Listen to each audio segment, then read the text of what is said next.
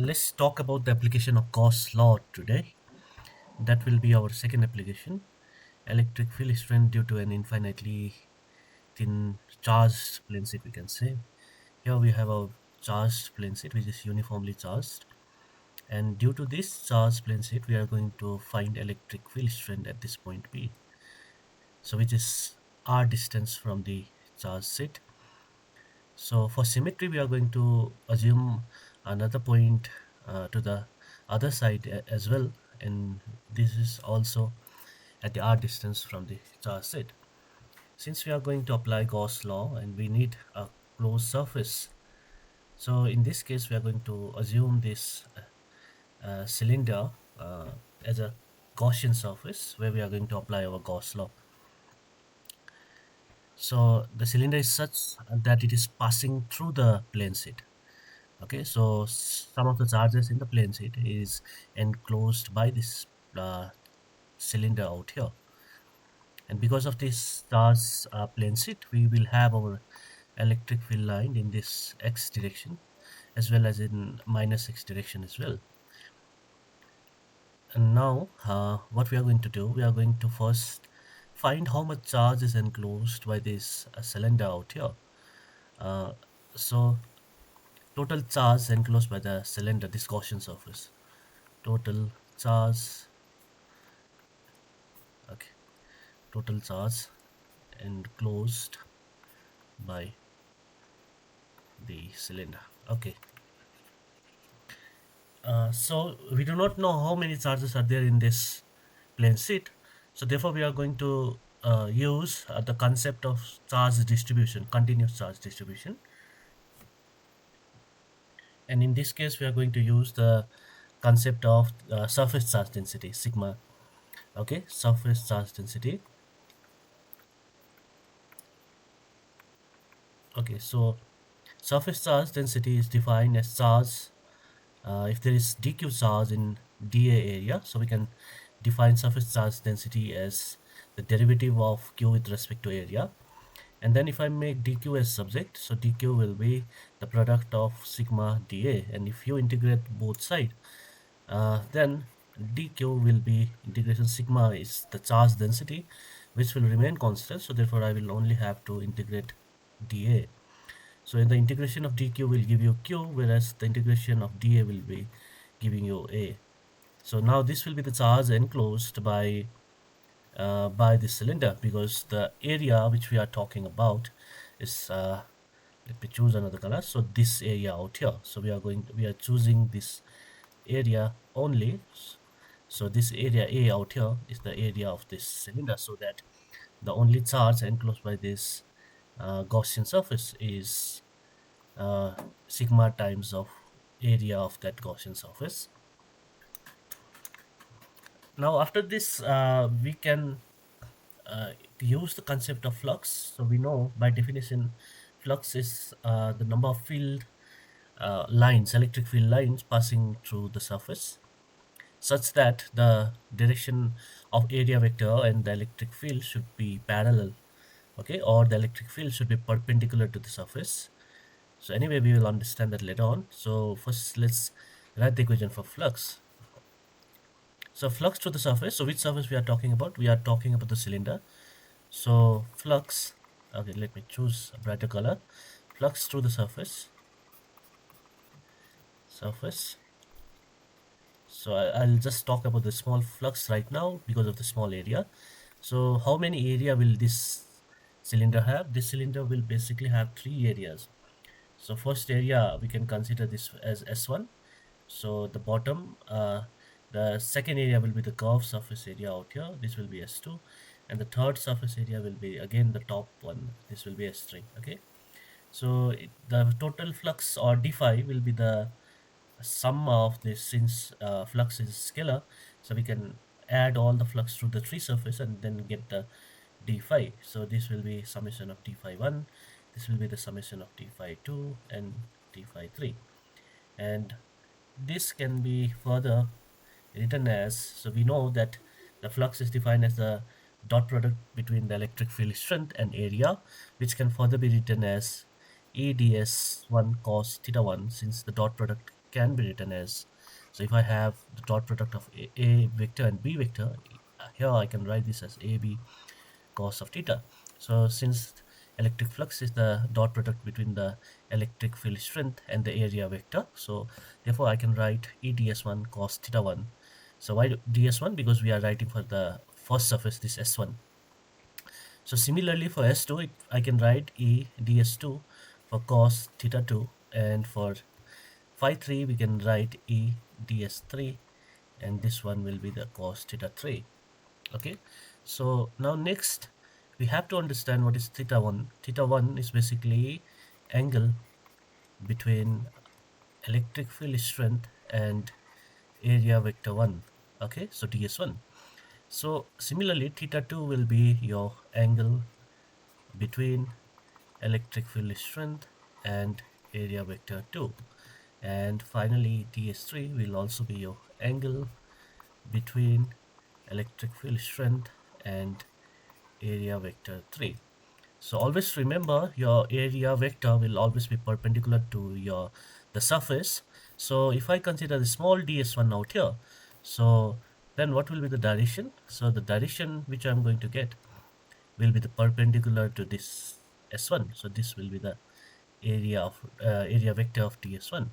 So similarly, if I consider a small area in this ds in surface 3, which is ds3, so then what will be the area direction? So it will be perpendicular to the surface. So this will be basically your ds3. And then whatever, wherever you like, you consider a small area in the surface 2. So it's basically is your ds2. And then that perpendicular to that surface will be the area of ds2. So now we have the direction of all the area vector s1, s2 as well as s3. So theta 1, so basically already it's written theta 1 is an angle between electric field strength and ds1. So let's see. So electric field strength is directed in negative x-axis, and ds1 is also directed in the same direction. So if both are in the same direction, we say that the theta is 0 degree.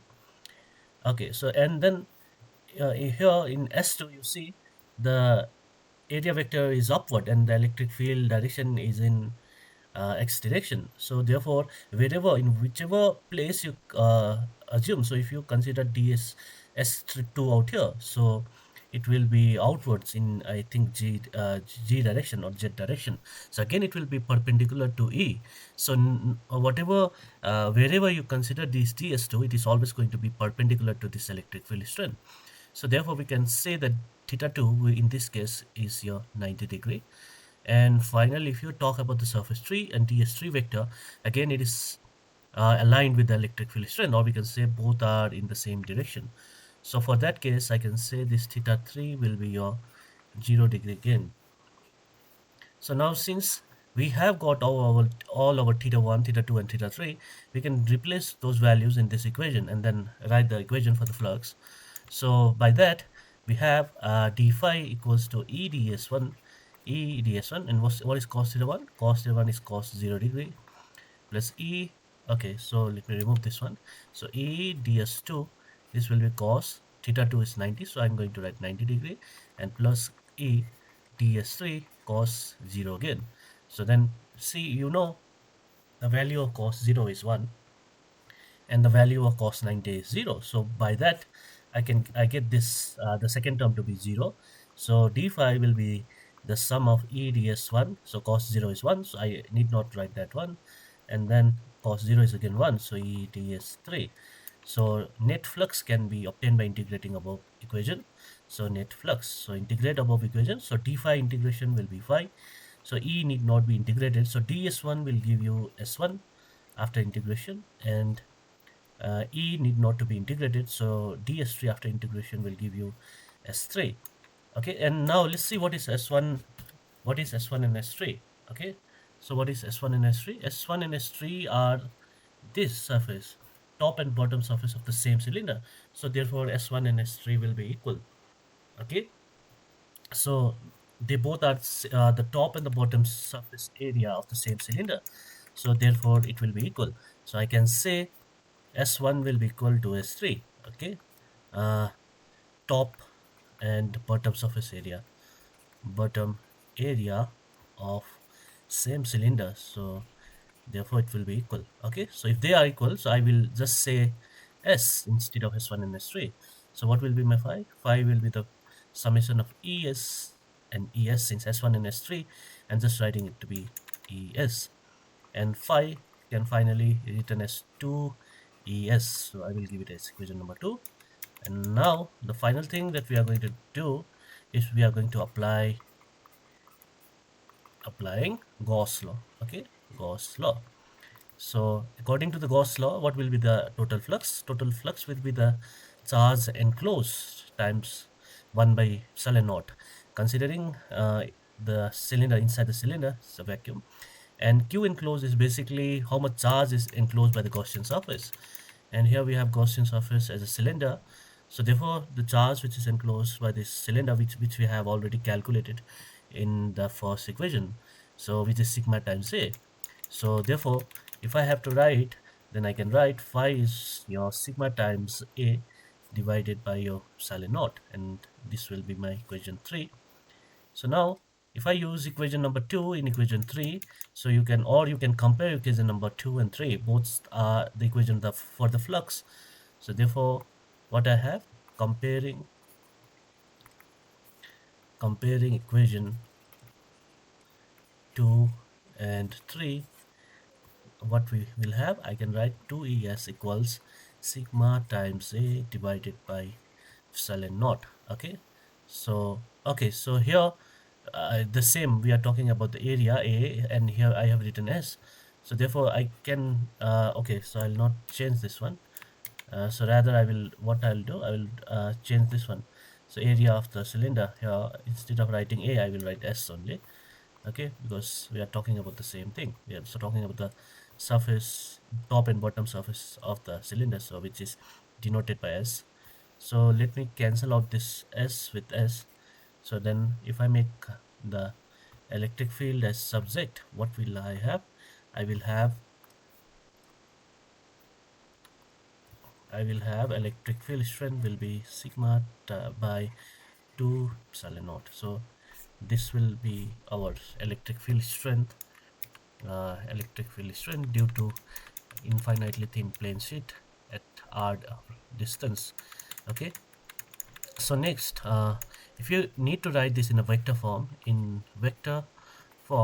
so then so the direction of the electric field strength will be along this line only, along r only. So therefore r cap will show the direction along r only. So uh, we have the magnitude, we just multiply it with the unit vector. In this case it will be sigma 2 epsilon naught and r cap.